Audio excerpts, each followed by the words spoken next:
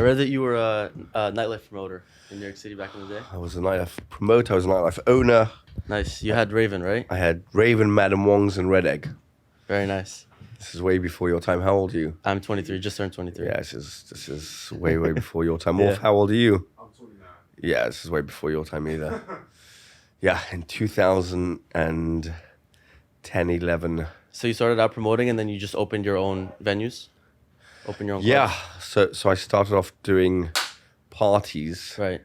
at different venues that were trying to become popular. And there was a Right. place called Le Petit Maison, which was a restaurant on, I think, 59th between 5th and 6th. It was a Right. French restaurant. It's a global brand today.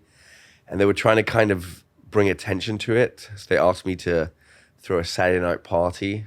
So I started doing parties with Awesome. my girlfriend, who's now my wife. And those parties were very successful. And we would pack that place out. And if we thought we could do this to a restaurant on the Upper East Side, right? Right. Pretty much Upper East Side, and get these cool people to schlep to 59th Street, Right. which is like Antarctica for them, then we can definitely do something downtown. And 100%. Yeah. my friend Max had found this old Chinese restaurant on Howard Street called Joby. And they weren't really doing very well. And there was an old Chinese lady who owned the building, and it happened to have a cabaret license. So it means you could dance, right? So it was like, it's super hard to get those. Yeah. So we took over that place every weekend, and it was just an I'm unbelievable sure it was party. completely packed out. There's people. It was crazy. And then the New York Times covered it and put it on their front page That's so and called it the coolest place to be seen in New York City. And that just killed us because then the cops showed up every single night Oh, really? and shut us down. Mhm. So then we moved to another Chinese restaurant called Red Egg. And then we moved to a Chinese banqueting hall actually on 212 Canal Street Wow. called the Red Lion. Oh, I've heard about it. And we threw some epic parties there. That's awesome. Yeah, and then I opened the Raven and Jezebel, and it's for another life. It's Right. it's a long time ago, and it This was is like 09, right? Like 09? no. 15? This is 10 to 15. Oh, wow. This is Okay. 10 to 15, and then 15. My wife said, enough of this. You got to go get a normal job. you can't be coming back at 5 a.m. every night and Right. sleeping all day. I've got a little bit of a cold. I'm sorry. I fly from Miami. I'm fine. I'm here for 2 days, and my nose is stuffed. And this is why Miami life is better than living here. My lips are chapped. I'm When like, did you move to Miami from New York? I moved to Miami a year and a half ago. No regrets? I absolutely friggin' love Miami. I think New York is a young man's game. I think New York is great for young single people that want to go to 6 different places, try and get laid all the time and have that's fun. me. It's perfect for that, right? But I think when you're married and have kids, I think it doesn't really have the same allure for you anymore. Right. And the juice isn't worth the squeeze, right? You know, to send a 6-year-old kid to school, they want $50,000, right? Yeah, for sure. Like, what am I paying 50 grand? He was playing with blocks and learning letters, right? That same school's going to cost me 11 grand in Miami, right? I'm paying rent for like a small apartment is outrageous here. I'm paying crazy taxes. But I mean, the prices there are pretty high too in Miami. What part of Miami? Yeah. I bought a condo though. Okay. I don't rent. But yeah, prices are very high in Miami, but nothing compared to New York, No, right? yeah, of course. So New York is pretty the most amazing place. I think New York is great when you're starting out and trying to make yourself, because you're forged in the fire that is New York, right? And and as the song says, if you can make it here, you can make it anywhere, and that is so true. I always say that in my tenure in New York, I've seen so many people get spat out by this city that just can't hack it, can't handle it, can't make it. So if you can make it here, You can make it anywhere. you can really make it anywhere.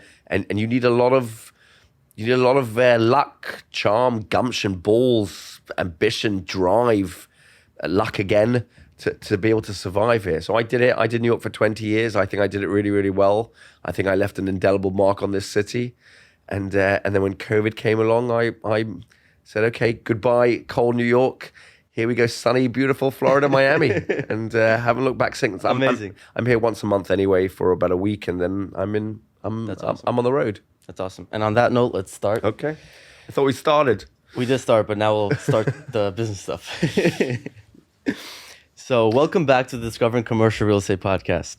We're so privileged to have multifamily finance veteran Henry Stimler here with us today. Henry, it's a pleasure having you on. Really appreciate you doing this. Thank you. I don't think I'm a veteran. I've only been in the business for, I don't know, 6-7 years. I would say very quick to that track. So I don't think I'm a veteran. The guys have been in the business for 30-40 years, so I'm definitely not a veteran, but thank you. Okay. And before we get into the juicy stuff, give the audience a little sense of your background. So where did you grow up and why did you get into commercial real estate? Okay, so I grew up in Golders Green, London. It's a nice Jewish enclave in London. I came to New York in 2002, originally for a 3-month internship at New York Life, and I never left. I've done various different things while I've been here. And about in 2016, I was in the nightclub restaurant business. And my wife said, enough of this nonsense. Time to get yourself a real job. Go back to finance. I'd been in finance prior to the crash of 2008. And in 2008, I got wiped out like so many other people did. And I didn't want anything to do with finance. So I went the completely opposite direction. Right. I went into hospitality. And I always loved being around people. And I loved having fun. And it just seemed like a natural fit for me. And I really didn't want to sit at a desk. I want to take a break from that, and this seemed like a good alternative. So I did that for 5-6 years, and then my wife had enough, and I'd also come to the end of that. I was also getting very tired of babysitting drunk people, because that's basically what running restaurants and nightclubs is. And she said, go see a guy called Anthony Orso, who was at the time the head of Cantor Commercial Real Estate, part of Cantor Fitzgerald. And he said, I can't give you a job because you have no degree. You didn't finish high school. You don't know nothing about real estate finance, but I'll give you an internship. So I said, okay. And I started showing up to his office every day, and he took the time to train me and put me with some other guys, and it was good timing. And I learned the business, and at the time, Cantor had just bought Berkeley Point. Berkeley Point was a Freddie Fannie provider. So anyone buying multifamily buys multifamily predominantly with the agencies, which is Freddie and Fannie, which is government lending programs to keep liquidity within multifamily. So they just bought this company, and he needed to break into the Jewish market. The Jewish market was very strong in the multifamily business, and they were predominantly using brokerage firms like Meridian and Eastern Union. And here you had a company that had a direct license, so you could cut out the middleman, save money. So the pitch was very simple. It was go to people I knew or people I could get in front of and say, rather than go to a broker to do a Freddie Mac deal, come direct to the lender and save yourself money. And people liked that, and that resonated with people, and I started to do business. That's great. And who kind of like walked you through? Who was your mentor, your first mentor in the business? Anthony.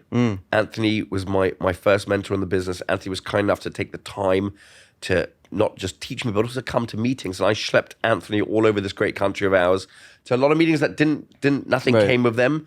But he never once complained. I think he enjoyed it, having this young buck running around trying to drum up business. And it kind of let him kind of take a back seat, which he also enjoyed. And we became a really great duo. And then about a year later, he introduced me to a guy called Bill Weber, who was a superstar at Cantor. And me and Bill kind of gelled very well with two completely polar opposites. Bill's a Wharton boy, highly educated, a bit of a wasp, right? And here you have this Jewish upstart kid, and the kind of the Batman and Robin thing started. I don't know who's Batman, I don't know who's Robin. I would say I'm Batman, but I don't know if he would agree. And we kind of just filled the void of what he didn't have, what I didn't have. He had all the technical ability. He had all the brilliant structuring ability. I had the gift of the gab, the likability, the flair. And between the two of us, we just started to run and gallop and race, and we do quite well. 100%. Yeah, definitely. And so what do you think Anthony saw you in the first place? Do you think it was your energy that you kind of brought to the table that he really found infectious? I think it was two things. I think one, Anthony loved my wife. He'd looked after her for many years. They had a very good relationship, kind of like a little bit like a daughter-father relationship. And he wanted to look out for her. And then I think he just likes to find talent. He's done this his whole life, and sometimes the talent is there, sometimes the talent isn't there, right? There's been other guys that have come, held their torch up for a while, but burnt out, right? Or guys that showed up, thought there would be something that didn't. So he's fostered talent his whole life, right? So I thought he saw maybe that little spark in me. I don't think he really thought what we would build. I think that came as a bit of a surprise to him. But he saw that little bit of curiosity, that English accent, the smile, the happiness, that likability. Thought, okay, let's see what this kid can do. And we've exceeded all his expectations. That's awesome. That's amazing. And how has the landscape of capital markets changed since you joined? What do you think about just the landscape and how things have changed basically since you started, and how do you navigate that for new people?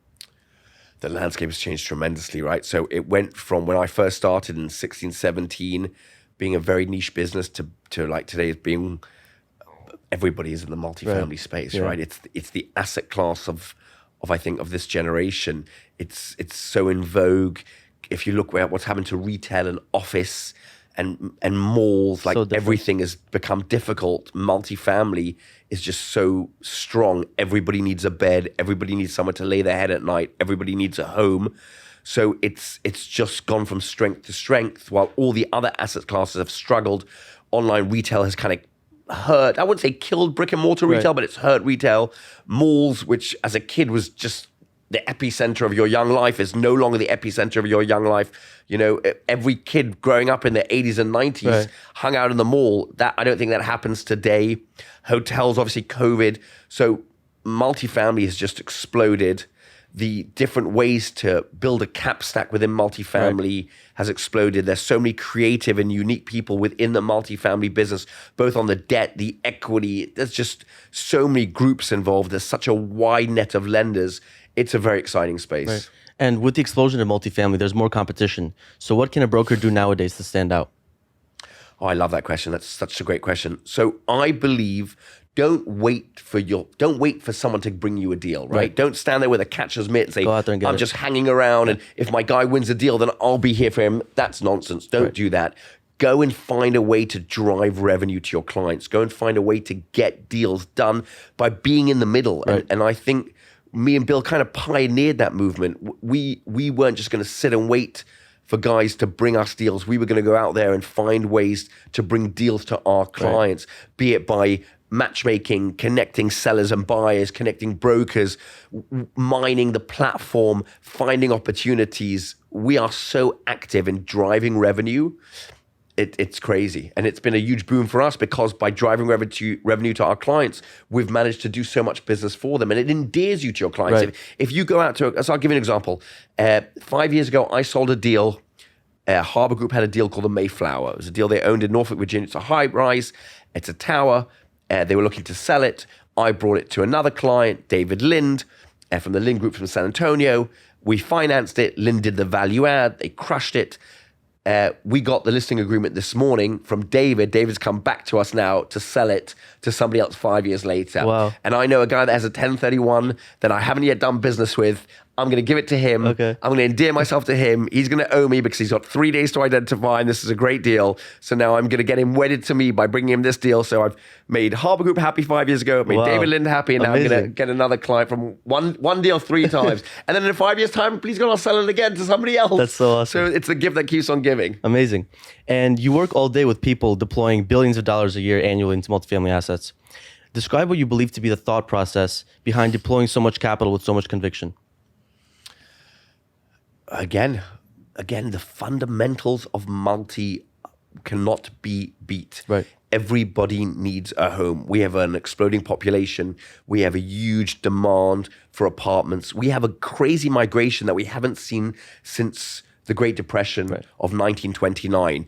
The movement from rural to city, which we saw, well, we didn't see, we weren't alive, but what happened in 1929 during that Great Depression, we saw it again during COVID. The mass movement out of New York into different parts of the country, the mass movement out of California into Texas and Arizona. So you've got a huge movement of the population, and then you have a very transitory population. Young kids today, they're not tied down. They don't really have the same desire to be homeowners like our parents had, right? The first step on the ladder was owning your home and having your home.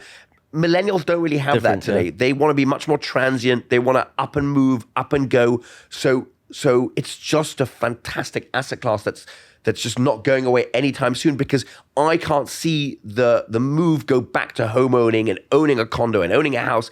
That was the dream of our parents. Right. That is not the dream of us or our kids today. Our kids today want to one day be in Utah coding and snowboard, and the next day go live in San Antonio, go live here, right? So they want the flexibility to be able to move. And especially with remote learning today, you can really work from anywhere. Yeah. So you have the ability to up and go somewhere else. You don't like living in Atlanta, Georgia? No problem. Go live in Dallas, Texas. Oh, you weren't happy in Dallas, Texas? You can have a great time.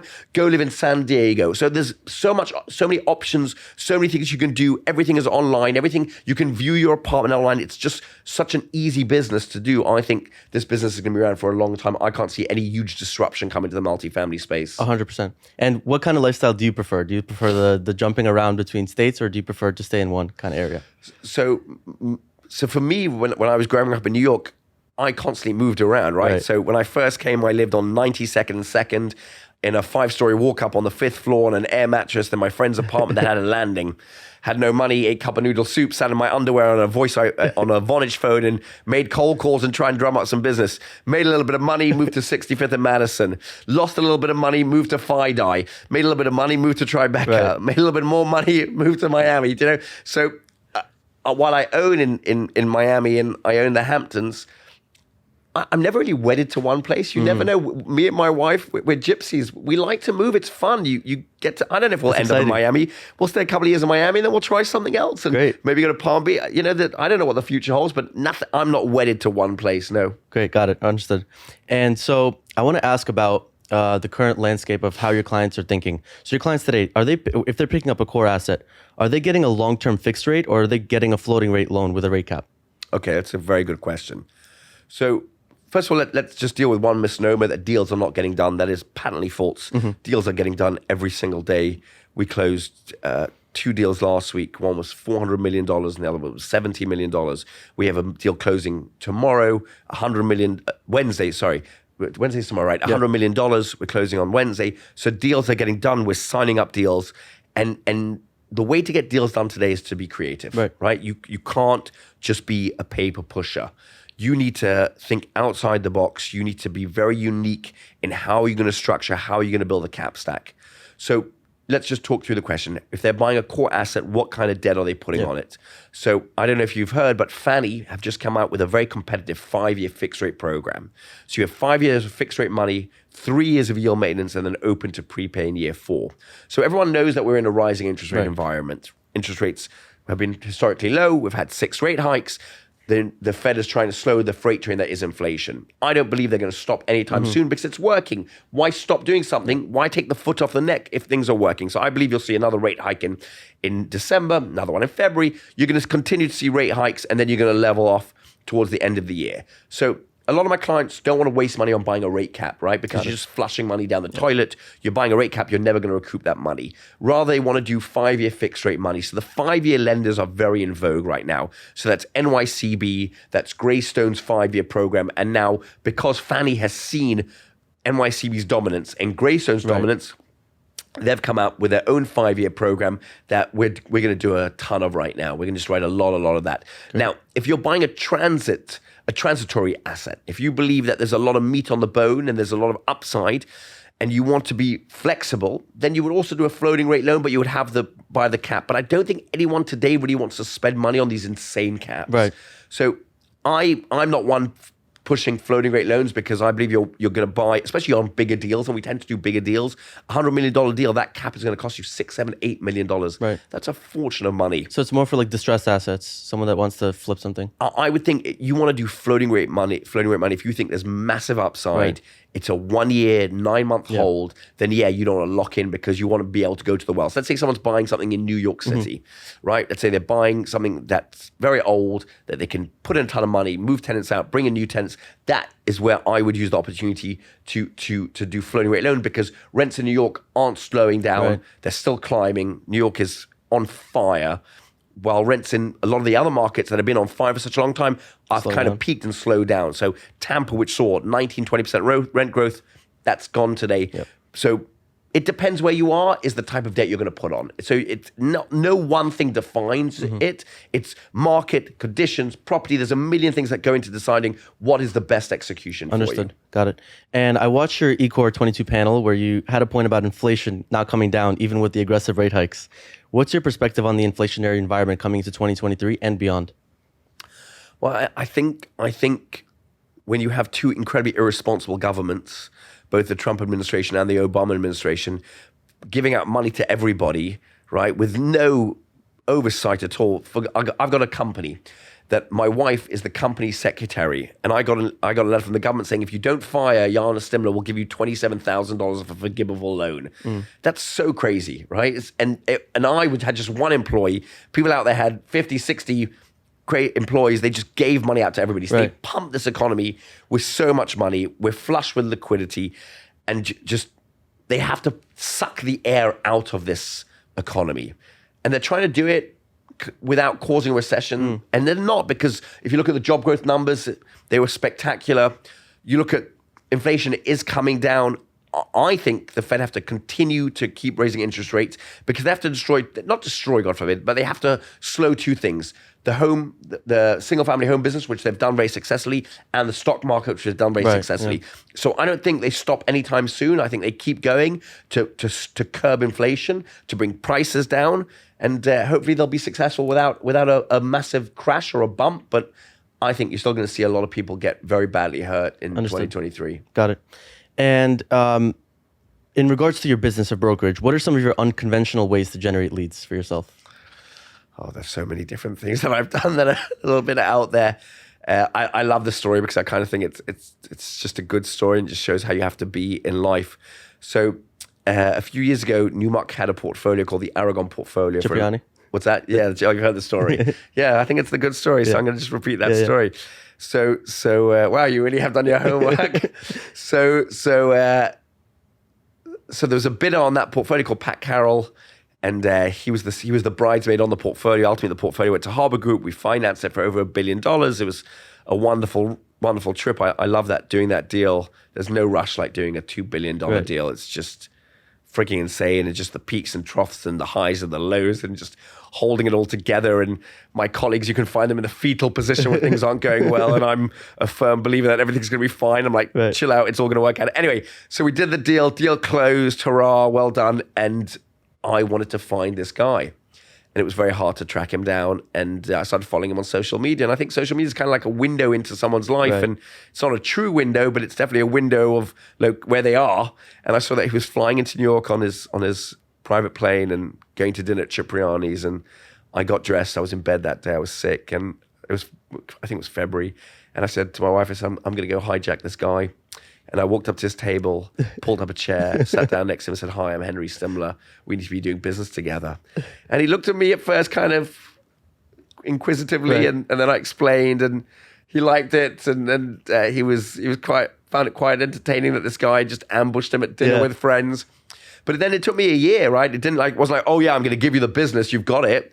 And then it took me a year of harassing and driving people him crazy and showing my value and bringing him deals and showing him what I could do for him, that the relationship started to blossom into a working relationship. Right. And of course, I'm very grateful for that. But again, even with Jordan, right? I saw Jordan at a party, and I went up to him and I just accosted him at the bar, and I said, "I don't understand, you did $3 billion of deals and we did none of it. Right. Why is that?" So I always say you need to have the courage to articulate what you want.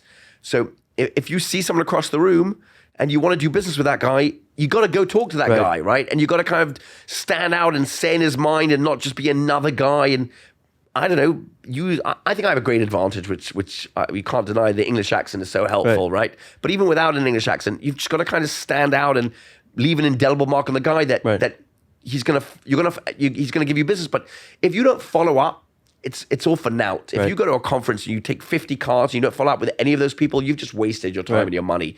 So follow-up is so key, and so many guys have zero follow-up. Mm-hmm. They meet the guy, they schmooze the guy, and they send an email, and then there's nothing after this.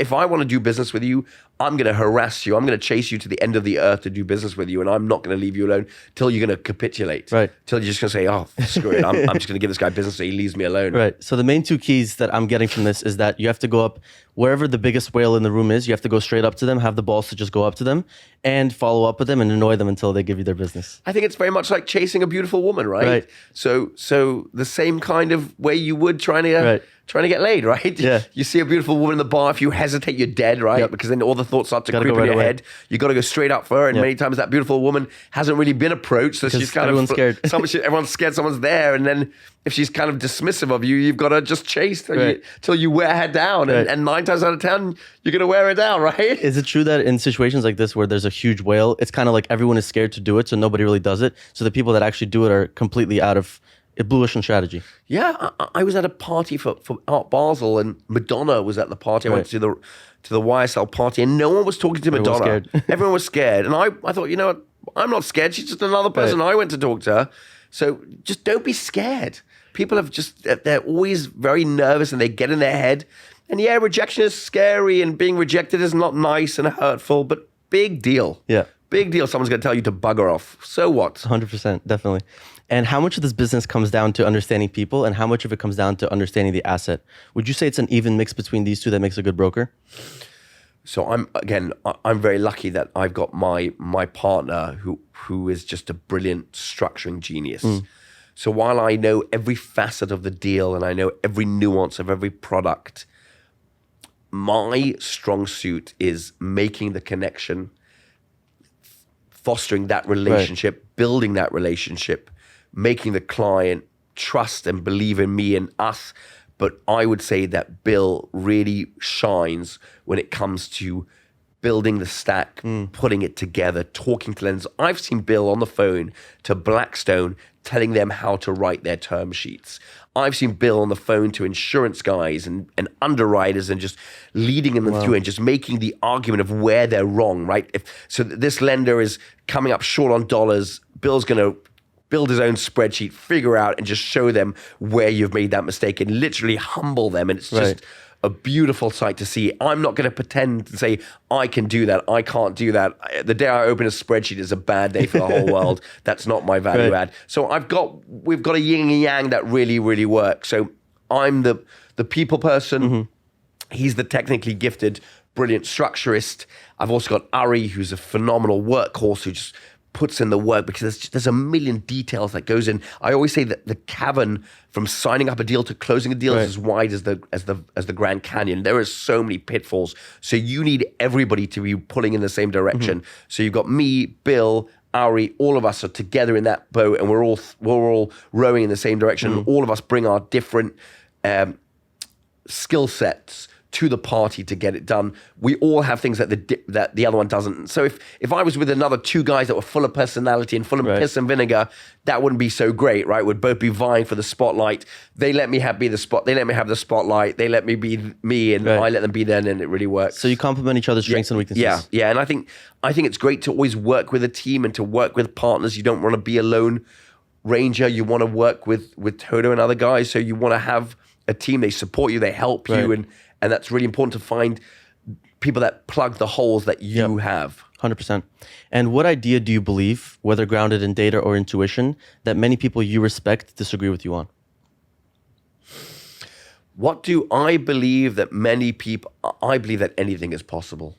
I believe I'm proof of that. Here you have a high kid that left high school at 16, went to yeshiva, went to Gateshead, went to Mir, came to America with $400 in his pocket. I remember the day I flew to New York. I remember the day I crossed that bridge. There was this great thing during COVID about this taxi driver. I remember that moment, seeing the city in the background. Came here with nothing and built 3 businesses, right? You know, did my first iteration, built my nightclub business, built this new business. Nothing is impossible. You can do anything you want with hard work and a little bit of balls. Amazing. And how do you recognize an opportunity you want to go big on? Is it based on intuition or is it based on facts? I go with gut. Amazing. I'm not so much of I'll ask Bill for the facts, but I'm very much a go with my gut kind of guy. And And sometimes I've been right and sometimes I've been wrong. It's always 50-50. You never know what's going to happen. You can't always tell the market. I think I've learned a tremendous amount from my younger years of being so kind of frivolous with money and making stupid investments and doing silly things and spending stupid money. That comes with maturity and age, but you got to go with your gut. And sometimes I've been wrong. I've gambled on the wrong guys. I've got rid of people in my life because they haven't been the right kind of guys. You've got to know when to cut people loose. And so, but yeah, it's always go with your gut. Understood. Sorry. And what have you learned about yourself since you've closed your first deal? What have I learned for myself since I closed my first $6 million deal in 2016? What have I learned? I've learned that life is just so much fun, that it's just so great. Awesome. It's so much fun doing something you enjoy, doing something you love, and if you do something you love, it's not really working at all. It's just fantastic. I think I've learned so many lessons. So there's not one lesson. I think I've learned so many different things. I've learned so much about myself. I've learned so much about this world. I've learned so much about people. I've learned so much about faith and belief, heartbreak and tough times, good times. And there's always going to be peaks and troughs. There's always going to be good times and bad times. The bad times don't last forever. You've just got to see yourself through the fog and come out of it. Right, 100%. And how did you learn the skills associated with being a leader? Is this something you were born with, or did you develop this as you went through your career? I saw it at home. I think nearly everything I kind of learned in who I am today is because of my dad. So I'm incredibly blessed. I have a giant of a man who brought me up, who's just an incredible person, and he is a leader. He's a natural leader. He's involved in our community and back home, and he led things, and he's just changed things and put things together, from in the shul, the synagogue, to the school, and he's a man of great authority, and I saw that growing up, and I learned a lot of my lessons that I try and teach my kids today are the lessons that my dad drilled into me, and my kids all know those catchphrases. I use them all the time. I always say, my dad always says, and they know this, things like, patience is a virtue, and a bird in the hand is better than two in the bush, and charm gets you in the door, but knowledge keeps you in the room, and be a man of your word, and if you say something, always do it, and help those who can't help themselves. So he's my greatest teacher, and he showed me how to be a leader. Amazing. And how do you go about setting goals for yourself and for your team? I never stop. So if I did $4.7 billion last year, I want to do $5.7 billion this year, and I am relentless in that drive. And it's so crazy because I'm more driven to beat targets than I am by the monetary rewards, right? Even though the money's great, don't get me wrong, and it affords me the lifestyle I want to live and have my children and my wife to have and everybody around me to have. But I'm not motivated solely by money. I'm motivated by beating records, by being number one. I'm obsessive about it. We have a weekly spreadsheet that comes out at Newmark that shows you where you are in the rankings. And I wait every Friday for that spreadsheet to see where we are in the rankings. And if I'm not number one, it drives me mad. So I strive and I thrive and I work under that pressure of just beating myself and last year's expectations and beating the numbers and beating everyone around me. Not because I want to beat people. I just want to be the number one. I want to have the accolades saying I'm the number one multifamily debt broker at Newmark, and please God, the country. Yeah, 100%. So would you say you adopt the mentality that the numbers on the screen don't really matter? It's really just a battle against yourself and proving to yourself that you can make it and continue making it. No, the numbers absolutely matter because the numbers define where you are, right? It's like the league or the Premier League or the football. You know, at the end of the day, you're number one or you're nothing. No one remembers number two, number three. No one remembers the runner-up. No one remembers who lost the Super Bowl. They just remember that the Rams won the Super Bowl, right?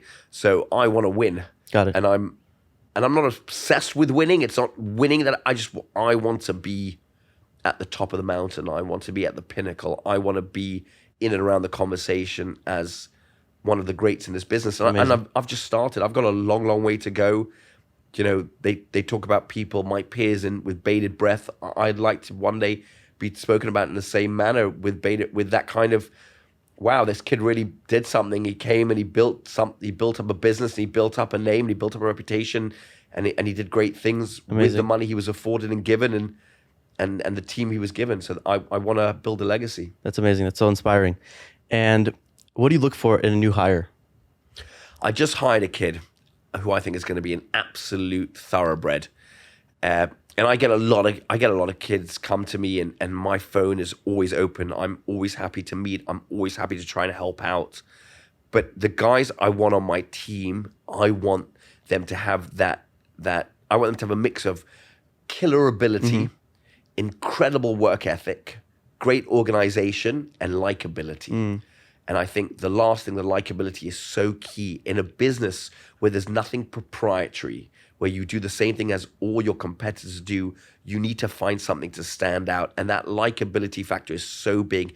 If you can be likable, then your guys will keep coming back to you to do business, because why go to someone that they don't really like? They can have a good time with you, give you the business. You can crush it for them. Obviously, you've got to crush it, right? So that goes without saying. But if you can crush it and they can have a nice experience and a good time, and those are the small things. I always respond to emails very quickly. You send me an email, you see I respond within 5 minutes. No matter what time it is, I'm responding. I'm on top of my stuff. I want my guys to be the same. I want to have a good time. I want to have a nice dinner. I want to go to a nice sporting event. I'm very positive. I want people to be around me to be positive. So I look for mini me's, and I just hired this kid that I think has all the attributes to be great in the business. Right. So do you think at the highest level, you kind of get to a point where your clients are looking for the right service, delivery of the right service, instead of, for example, the right numbers? Even though you do deliver the right numbers, you deliver the right service and you give them an experience. I want to tell you, many years ago, I asked some guy, I said, what's the most important thing to you? Is it leverage? Is it interest rate? Or is it IO? He said, all three. And I stopped asking the question after that, right? So I no longer ask what, I'm just going to deliver the best execution, the best. I'm going to get you the most dollars. I'm going to get you the cheapest rate, and I'm going to get you the most interest only, and I'm going to get you the loan with the least teeth. So if God forbid something happens, you're not going to be left with your pants down, right? And I'm gonna fight for you. I'm gonna kill for you. I'm gonna be in the ring. I always say that you know how you have the right lender when you have think about the Colosseum and the gladiators, when you have the last guy standing and littered around him is dead bodies. That's the lender I want, right? So I'm going to pit everybody against each other, and the last guy beaten, bruised, and bloody, but still standing, he's going to win the business. Amazing. And I'm going to push you to the absolute wall till you beg for mercy. But if you're there at the end, you're getting the deal. Amazing. And what's your question? What's your favorite question to ask in an interview to gauge if a person that you want to hire is like this? I don't think it's a question. I think when the guys that I've hired, and I've been wrong again. I've hired guys that haven't worked out. That I've had to let go that I thought could be bright young things. I thought they could be the next reincarnation of me and Bill. I thought they could help us build a business, but they haven't been able to. And you have to just part ways in a nice, amicable way. I think it's just, you get a feel for a guy, you see how he responds, you see how he is. The reason why I hired Ricky, because everything about him resonated with me. From him reaching out to me, I didn't know him, asking for an interview. I wasn't going to give him an interview. He didn't back down. He kept on pushing for the interview. I loved that. He came in, he had the interview. He didn't just not follow up. He followed up incessantly. See, he did everything that I would have done. And I said, okay, so if he can break down my door and he can beat me up to get the job, he's going to do this to get clients. And so far I've been very right, but other guys I've not been always right. So it's always 50-50. You got to see then what happens. So the people that you hire, how do they go about finding their niche within commercial real estate finance? So I'm going to give them all the opportunities. I'm going to have them sit with me. I'm going to have them be on a million calls with me. I'm going to loop them into every email I'm on. I'm going to see how they're going to see how I connect the dots, how I put things together, and hopefully they can emulate that. And it's just basically you remembering talking. So I meet one guy, he says, "Oh, I really want to build and buy in San Antonio. I really want to be in Philly, or I really want to be here. And then, okay, so you want to be in Philly. So first let me make you an introduction to our girls in Philly who sell a lot of real estate in Philly. And then, oh, by the way, I know this guy in Philly that's looking to sell his asset. Maybe you buy it. So you got to connect the dots. You've got to make those connections. So if he can make those connections, if he can bring value, he's going to be successful. 100%. And as far as creativity, how important is creativity in this business? And can you think back to a time where you thought creatively, thought out of the box, and you solved a problem that your client had? Oh, so many creative different things that we've done that has been incredibly unique and brilliant. Okay, let's just talk about this deal right now. So the last deal we closed, I can't disclose a lot of information, but let's just do it like this.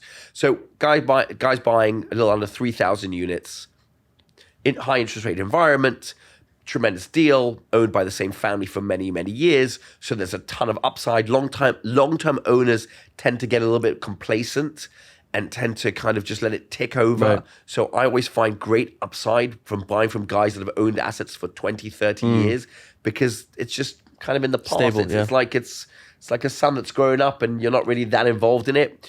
But even though there's tremendous unlocked potential. So my client here wanted to get the best execution. So we went out to, I would say, about over 100 lenders, and we put together a great cap stack. And then we put a 5-year fixed rate NYCB loan for part of it. We did a Freddie Mac for part of it. And then we put pref across both with related. And then we had a ton of issues, obviously, with this and that, with all different things. And we just figured it all out. We held the hand of related, held the hand of NYCB, held the hand of Freddie, held the hand of the buyer, held the hand of the seller, and just got everybody to the closing table. And that's an art, that's a skill, because you're dealing with egos. You're dealing of the buyer who's a multi-billionaire who doesn't really hear no a lot. You're dealing with different lenders who are kind of nervous and skittish right now. And then you're dealing with pref equity, which the pref has kind of got to be in lockstep with the owner, and the pref may have different ideas of what they want to do on the rehab, and the owner may have different ideas, and you've just got to hold everyone together. And you've got to do that through coercion and flattery and threats and skill and every trick of the trade and promises and then the promise of a great night out, and I'm going to take you out, and I'm promising everything's going to be fine. And you've got to be part therapist, part priest, part rabbi, part lover. You've got to do all these different things because you're dealing with human beings at the end of the day. And all of these guys have different needs, different emotions, and you've got to hold everybody. And sometimes you've got to be stern, and you've got to yell and scream and put people in their place. And people are very scared to put people in their place, especially very wealthy and successful men. But I find a good yelling doesn't go unwarranted sometimes, and it really helps. So sometimes I'll tell the client, I don't know if I can swear on this thing, but I'll say, shut the F up. You're talking rubbish. I know what's the right thing to do. Stop fighting with me. Listen to what I'm saying. Stop wasting your time with this lender. They're not going to deliver what you think they are. You're dreaming. Oh, I heard this lender's doing this and this. Why can't you get me this? I said, you're talking bullshit. People are whispering a million different things in your ear. Listen to me.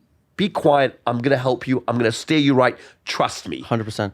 And so do you feel sometimes that your job is like kind of being a conductor in an orchestra where you have to bring everything together to make it happen? Yeah, of course.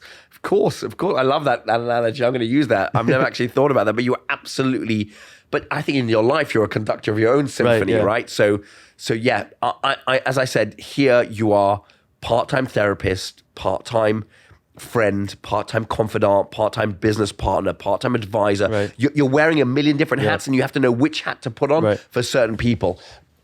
And some guys are in this business are notoriously difficult to deal with, that other guys have had very little success. I have great success in kind of melding them and pushing them and getting what I want. And that's what my father would call chain, likability, that, convincing, pushing them in the direction they need to do. And that's a particular skill set that you're blessed with from God, or you don't have it. You either have chain or you don't have it.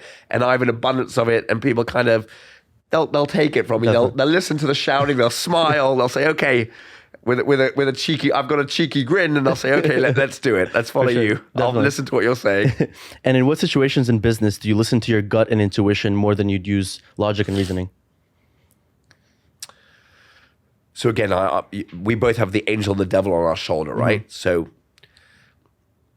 I think you really have to take yourself out of the equation, right? You really have to not think of yourself or what is it for you, how much money am I going to make? A lot of brokers out there think, okay, I'm going to give this guy this loan because I stand to make the most amount of money.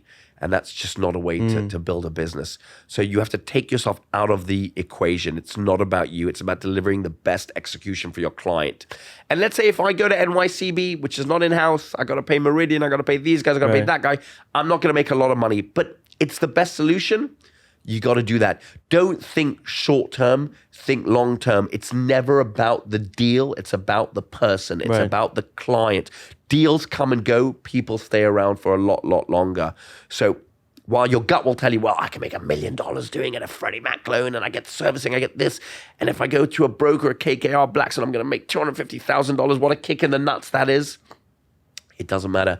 Don't listen to that voice, because ultimately you're going to screw your client and then he's going to get pissed off because he's in a bad situation because you pushed for yourself rather than for him and you didn't do the right thing and you made $1 million, but at the end of the day, he's not going to come back to you. He's going to go to somebody else. So go with what's right for your client rather than what's right for you. Understood. 100%. And who do you learn from at this point in your career? I learn from everybody. I learn from absolutely everybody and anybody. I learn a tremendous amount from my wife, who's so clever and so smart and just such a great read of character. She's literally my sounding board. So many times she'll steer me in the right direction. I'll learn from my father. I'll learn from Bill and Ari and Cliff, and even the new kid that I just hired. I'll learn from Anthony. I'll learn from guys who are older than me who've taken the time.